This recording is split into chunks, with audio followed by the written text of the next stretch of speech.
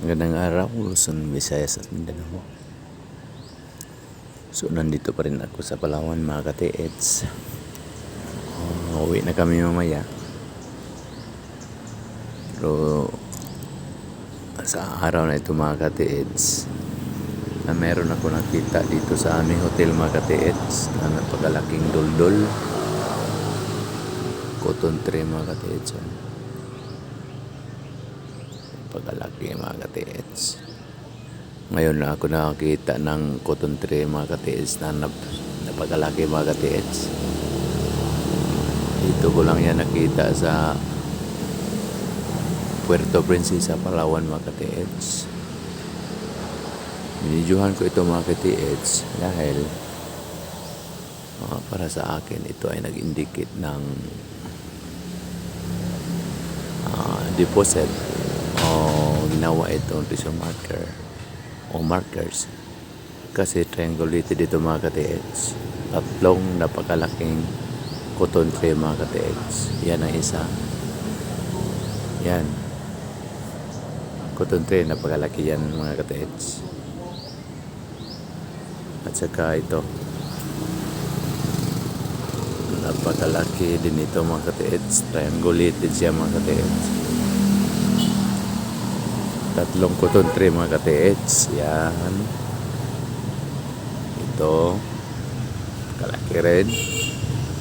At saka ito, ka-triangle ito, mga ka-TEDs. Kung saan sa pagitan ng dalawang cotton tree.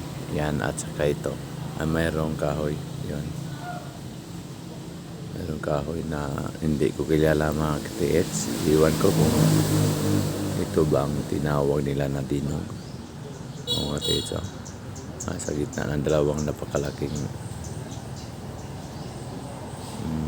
cotton tree, mga ka-TEDs. So, para sa akin, mga ka-TEDs, ito ay ginawang marker. At sa gilid ng malaking cotton tree, mga ka-TEDs, ay merong acacia tree. Dami dito mga acacia tree, mga ka-TEDs. Kahit saan sa gilid ng daan merong acacia tree. So, totoo nga ang sinabi ng mga ka-TEDs natin na marami dito sa Palawan. Kaso nga lang walang makaka treasure hunt dito, kasi protected by the LGU. Hindi pwede mag treasure hunting dito, mga ka-TEDs, kasi delikado. Kung ikaw ay na-found out na nag-treasure hunting ka dito, ay sigurado doon ka sa kulungan na pupulutin. So dami talaga dito, mga ka-TEDs. Kahit na yung pumunta kami sa Underground River, mula dito sa tinitirhan namin sa hotel na to, ay magbiyahe pa kami ng 2 hours. Na-delete ko lang yung video tungkol sa nadaanan namin na isang bundok na sabi ng driver ay sleeping giant.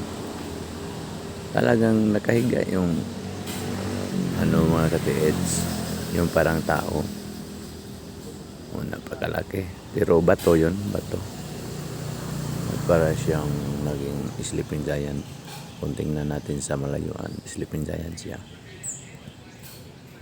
Pero na-delete ko, mga ka-TEDs, kasi naubusan ng memory yung yung cellphone ko. Na-delete ko pala. Sayang yun. Kasi pag hindi ako mag-delete ng mga videos, ang mangyari, hindi ko ma-video yung nasa ilalim, kung ano man yung nasa ilalim na Underground River.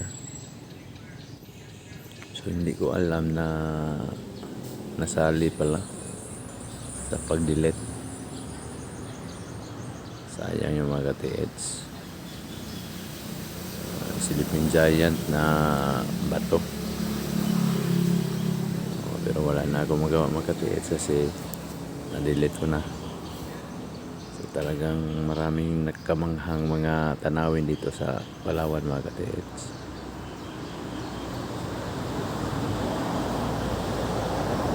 Talagang kasi ako, sumang-ayon ako sa mga sinabi ng mga kapwa katiis natin na marami talaga dito kasi ang Palawan ay nakaharap sa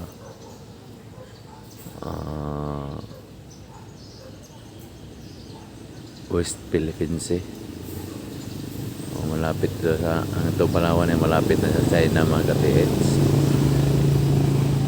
So yung mga ninakaw ng mga Hapones nung World War II ay posible na maraming binaon dito kasi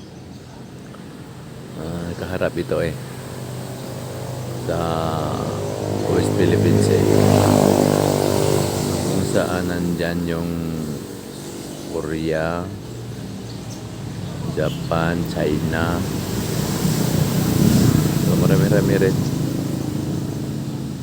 So talaga mga katiis kung tingnan yung nakita kong mga posible na marker, marami talaga mga katiis tulad ng nakita ko sa gilid ng underground river.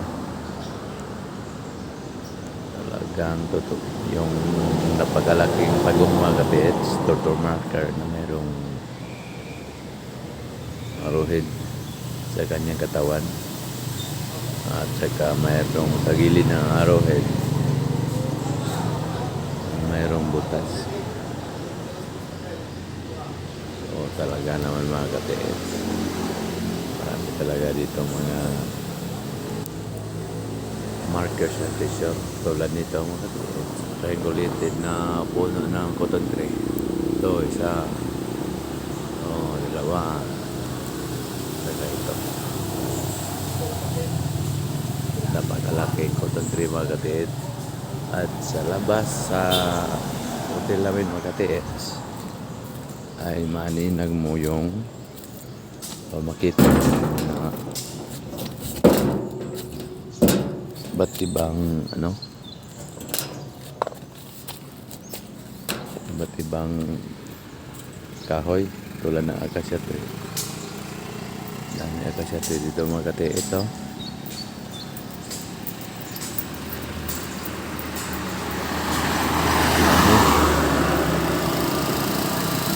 acacia tree. So doon sa unahan marami din doon sa kanilang kapitol, dami acacia tree.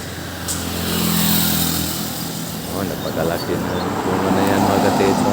Kita mo naman talagang tad acacia tree ang lugar na ito mga katiis.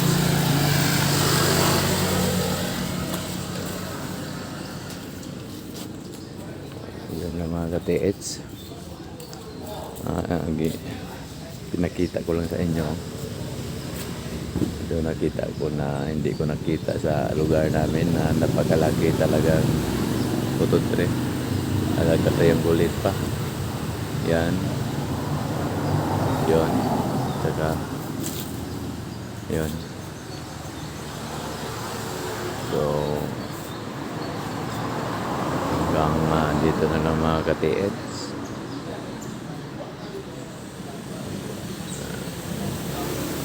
Lang ang palagi kong masabi sa atin mga katiis o sa inyo mga katiis. Huwag natin pabayaan natin sarili. Kumain tayo ng masusunod pagkain para tayo ay hindi magkasakit dahil ang tunay na kayamanan mga katiis ay ating kalusugan. Salamat po.